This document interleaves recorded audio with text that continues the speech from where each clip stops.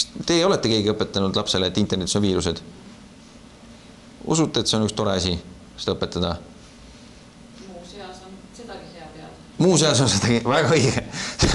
Täpselt õige. Ehk siis, et seda on tõesti muuseas hea teada ja see muuseas näeb välja umbes selline, et see teadmine, et internet on ohtlik, päriselulise liiklusega võrreldes näiteks võiks mõelda, et te õpetate lapsele, et ta saab haiget, kui suur auto talle otsa sõidab. Ja tema on parasjagu aheldatud tee külge. On nii? Või te ei usu seda? Ehk siis tema on internetis, ta käib seal. Toomas võib siin muidugi rääkida paremini, kuidas seda viirust võib saada, aga ma võin väita, et sellest küll keegi aru ei saa, kui keegi ühe nutika viirus nendele saab. Ehk inimesena ei ole mitte midagi, mis ütleks teile, et nüüd ma sain viiruse. Mitte ükski asi, Sellest on tore rääkida lapsele ja talle võib rääkida, et kui juhtub niimoodi, et sul on arvutis viirus, siis võib igast halbu asju juhtuda selle arvutiga. Ja see ei ole kõik väga meeldiv. Aga põhimõtteliselt õpetusena, et ohutu käitumise mõttes, loomulikult tuleb õpetada, et kui seal küsitakse 3 korda järjest, et kas sa tahad midagi installeerida ja sa ei ole justkui tahtnud, et siis ära ütle jah, on ju.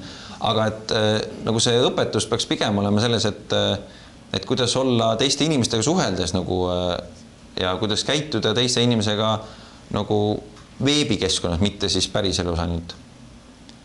Ja see viiruse õpetamine võiks jääda selleks kõige viimaseks või muuseas seda ka rääkida. Sest viirusest see laps ei saa aru, viiruse tuvastamiseks näevad paljud inimesed paljudes laborites väga palju aega ja vaeva, et midagigi aru saada sellest, kuidas nad peavad käituda. Nad on õppinud 10 aastaid selleks, et sinna jõuda. Ja teie mõtlete, et teie 10-aastane laps saab sellest aru, kuidas viirust ära tunda. Ei saa aru. Mina ka ei saa aru ja teie laps ka ei saa aru. Investeerige sellesse, et ostate seda toodet või kui te saate tasuta kuskilt selle toote mingid vabavaralised versioonid, võtke siis tasuta tooteid, aga investeerige sellesse, et te panete selle toote sinna, mis seda kaitseb, ehk see turvalisusesse. Ja siis see mõttemaailm peab jääma sinna ja edasi mõelge selle peale, et kuidas nüüd ohutust õpetada ikkagi. Ja see viiruse õpetamine ei ole ohutusega kuidagi seotud. Laps ei oska ohutult käituda eriti palju sellest lähtuvalt, et ta teab, mis asi on viirus. See on kuidagi väga selge, ma loodan. Selle sai veel nüüd selgeks. Väga hea.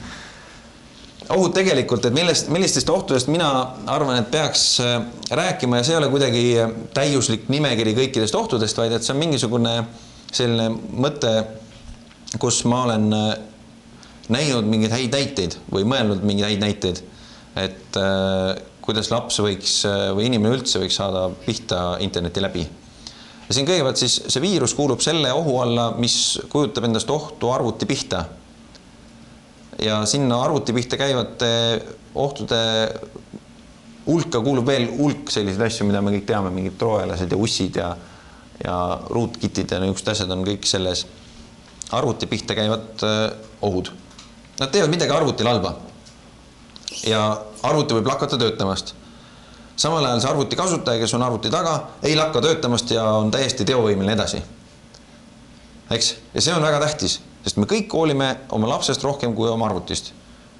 Ja eriti veel siis oma lapse arvutist. Eks?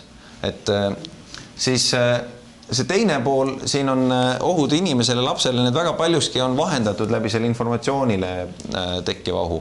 Ehk siis, et läbi informatsiooni, mida saadakse teada, võib siis tekitada ohtusid lapsele, ehk siis võib hakata teda selle najal siis ahistama näiteks, selle najal midagi välja petma temalt.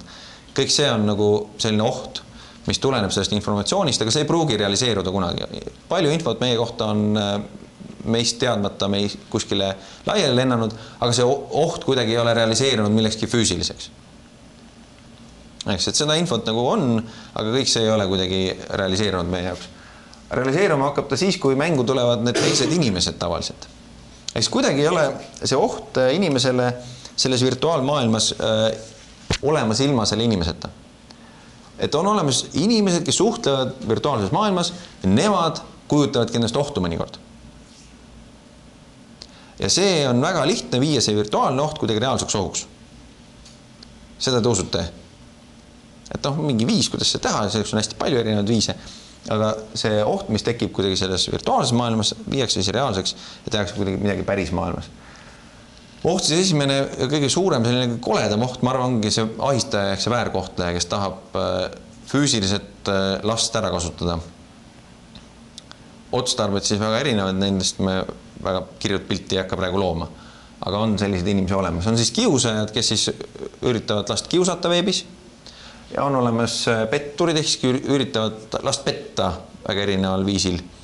Ja mõnikord see pette tahabki ainult last kiusata, mõnikord ta tahabki ainult petta midagi, mingisugusel moel seda last.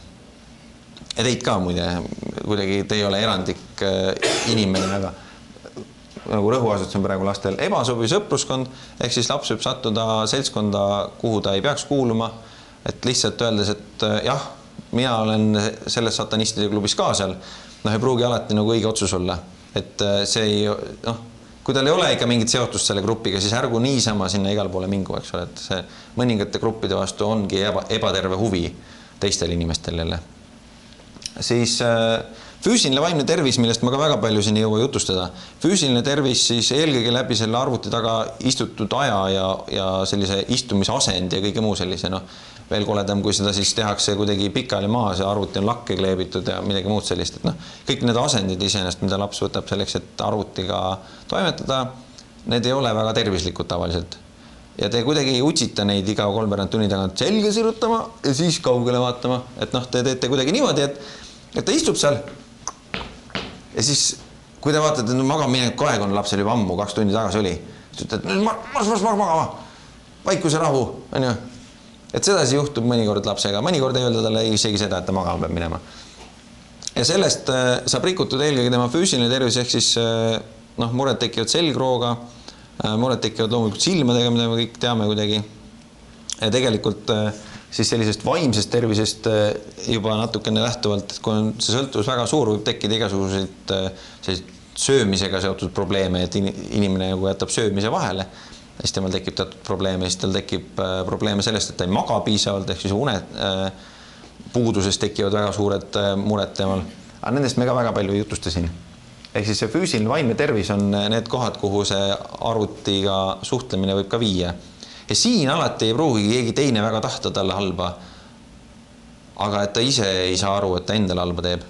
See on ka väga selgelt võimalik ju. Keegi, kes mängust aru ei saa, ja see käib eelkõige poiste lapsevanemate jaoks. Kellel on poiss kodus? Mul on ka poiss kodus. Talle ka meeldib mängida ilmasti. Aga poisid mängivad ja see on nende jaoks kuidagi väga oluline. Nemad saavad oma sellise vallutamise himu seal kuidagi kätte. Nad võidavad, alati võidavad, see on nagu põhiline, et on vaja võita. Ükskõik mida või keda nad võidavad, aga nad lähevad sinna võitma.